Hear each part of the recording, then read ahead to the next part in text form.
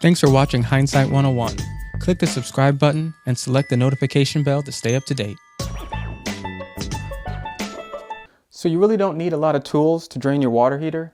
Basically, you just need a hose to drain the water, either to a drain nearby, or if it's located outside, you can just drain it outside wherever you want. Remember, it is hot water, so be careful. And then depending on what type of drain valve you have, I'll explain that later, you may need a flathead screwdriver to open up the valve. But besides that, you're pretty good. It's easy. It takes a little bit of time, but it's really easy. Hello, I'm Derek, and welcome to Hindsight 101, where you're learning about things that will help you in everyday life. Now, I'm at my mom's house, and we're going to drain her hot water heater to find out if there's any sediment inside. She's had it for about 3 years, and it's never been, so we're going to check that out. Most people say to flush your water heater every year to every 6 months, but it all depends on what type of water you have. So once we do this, this will help me determine how often I need to do it at her house. So first things first, you want to be safe. Since this is an electric water heater, you want to turn off the power to the water heater. I happen to have a box located next to my water heater, so I've already turned it off. Why? Because I turned this off the night before, because I don't want to deal with scalding hot water. But if you don't do that, just remember the water is extremely hot, so be careful. But if you don't have a panel next to your water heater, you're going to have to go to the main panel and turn the circuit off there. So if you have a gas water heater, you're going to have to do something a little different. You're going to want to turn down the gas. So in order to do that, you can put it on vacation. If you put it on vacation, it'll still keep the water warm. But if you turn it to pilot, it won't warm up the water, but it will keep the pilot light on, so you won't have to relight it. Because if you put it to off, you're going to have to relight it. So the best thing is to do, just put it on pilot. I do this the night before, so the water is cool, so I'm not dealing with scalding hot water. So while we're at it, we're also going to turn off the cold water inlet valve, so no more water is going to come into the water heater. How you tell the difference is one has a valve, one doesn't. The one doesn't is where the hot water goes into your home, and then the one has cold water coming in, so the tank can heat it up.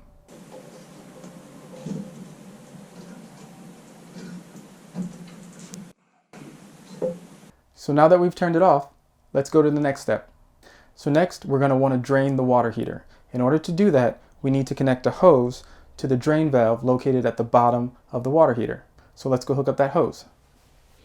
So this is a drain valve in order to drain out all the water from the water heater to get some of the sediment out.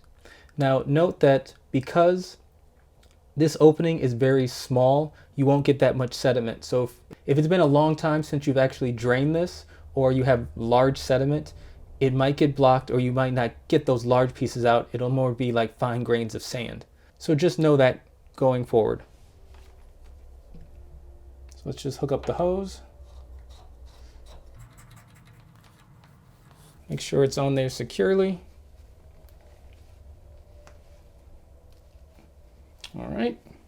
So this was the original drain valve that was on my water heater and the same one that's on my mom's. The other common one is a brass one that you'd need a flathead screwdriver to open up. Both of these are very small openings. I know you can't see in there, but it even gets even smaller the further in you go. So very little water will come out. So it will take a long time to drain your water heater if you're draining the whole thing. So I actually replaced it with a bulb valve, which has a much bigger opening, so it'll let much more water out, so it only takes like maybe 15-20 minutes to empty the tank I have. So this is broken up into 3 parts. One part to connect it to the water heater, to the bulb valve. Then the bulb valve needs an adapter to connect to the hose, because piping threading and hose threading, garden hose threading, is different, I found out. So you need those 3 parts, and then for the 4th part that you're going to want is a cap. Because this is easier to move than a normal, like a turn knob, or the one that, like I said before, use a flathead screwdriver to open up. You want to put a cap on here just as a safety precaution in case someone accidentally flips this up. You'll have hot water rushing out, scalding hot water. So this is kind of just an added protection just in case this gets moved. But I like this a lot better because, like I said, any bigger sediment can come out, but more importantly, the water drains much faster. So now that you have the water turned off to the water heater, you want to open up the hot water valve to let any of the pressure out.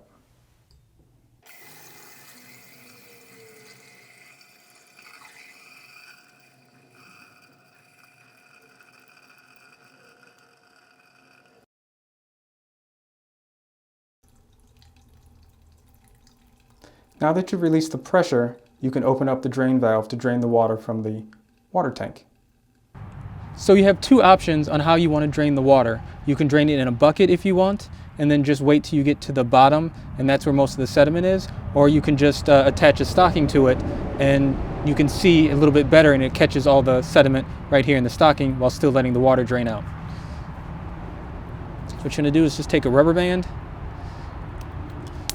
put it over the top, and then just take the end of the stocking, cut it off,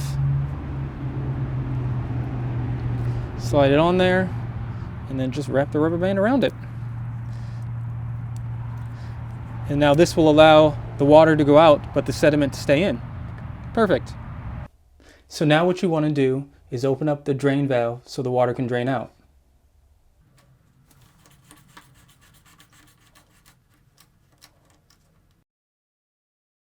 Now, if opening up the hot side of one of your faucets in your home doesn't release the pressure enough to let the water out of the drain valve, your next step is to use the pressure release valve. This is a safety feature, so if too much pressure builds up in the tank, it'll let it out through this valve, so you don't have a large expensive mess on your hands. So you want to check this as well, I'd say annually, about the same time. If you're doing it once a year, the same time you flush the water heater. You don't want to mess with it too much, but you do want to check it. If it's an older unit, you might want to have a backup in hand just in case you have to replace it. But you do want to test this out. A lot of people tell you to leave it alone, but know that if you test it out, you may have to repair it. But it's good to know ahead of time when you're prepared, then if something were to happen and you have a flood that you don't know about. So with this particular unit, it's on the top, but the one like I have at my house, it's on the side. They both work the same, and they just drain from the top down. So you want to make sure you have something to catch the water just in case some comes out. So what you want to do is just flip this handle up, leave it up like so, and then now you just let the water drain. This is going to take a little while, so grab something to eat. As you can see, the water is draining out, but it will catch the sediment.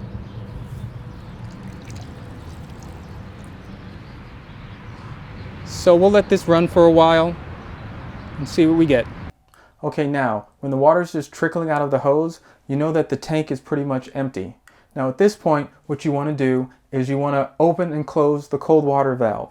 And the whole purpose of that is, since this is empty and basically just sediment at the bottom, maybe a little bit of water, you're going to open up the valve, let the water come rushing in, stir up the sediment, and let it out. You want to do that at least 3 times, let the water in, stir up the sediment, let it out, let it in, stir it out. You get the gist of it. And then you can do it more than 3 times if it just depends on how much sediment comes out each time you do that. So you may not get everything, but you want to try to get as much as possible. And please remember, if you didn't cool down your tank beforehand, and you're working with hot water, you always want to wait before you put cold water in an empty tank, because extreme heat and then cold is never good for anything. So, I don't know, maybe wait an hour or so, might work. You use your best judgment, but just don't do it immediately after you empty the tank, if it's hot. So let's go.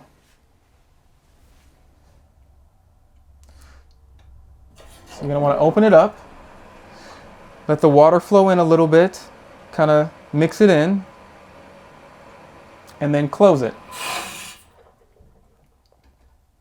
And then now you want to let the water drain out. And then, like I said, you're going to keep repeating this process until you feel that you got most of the sediment. So once you're satisfied that you got all the sediment out of the tank, it's time to disconnect the hose and close the drain valve. So first we're going to close the drain valve. You might want to put a towel underneath because there could be some water that drips.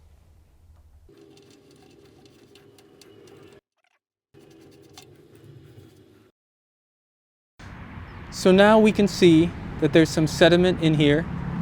Let me take this off. So you can just see all that stuff that came out.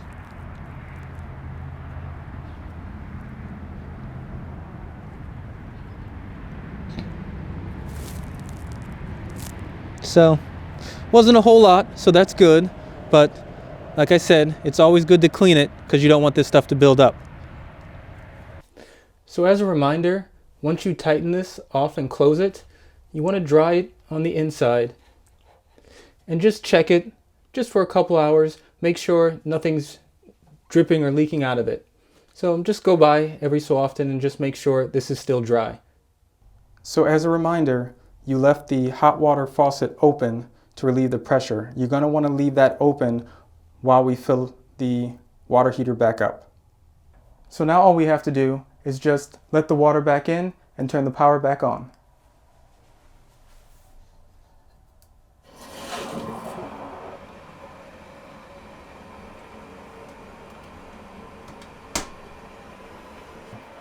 As a reminder, if you had to use the pressure release valve, it's still open to let the pressure out.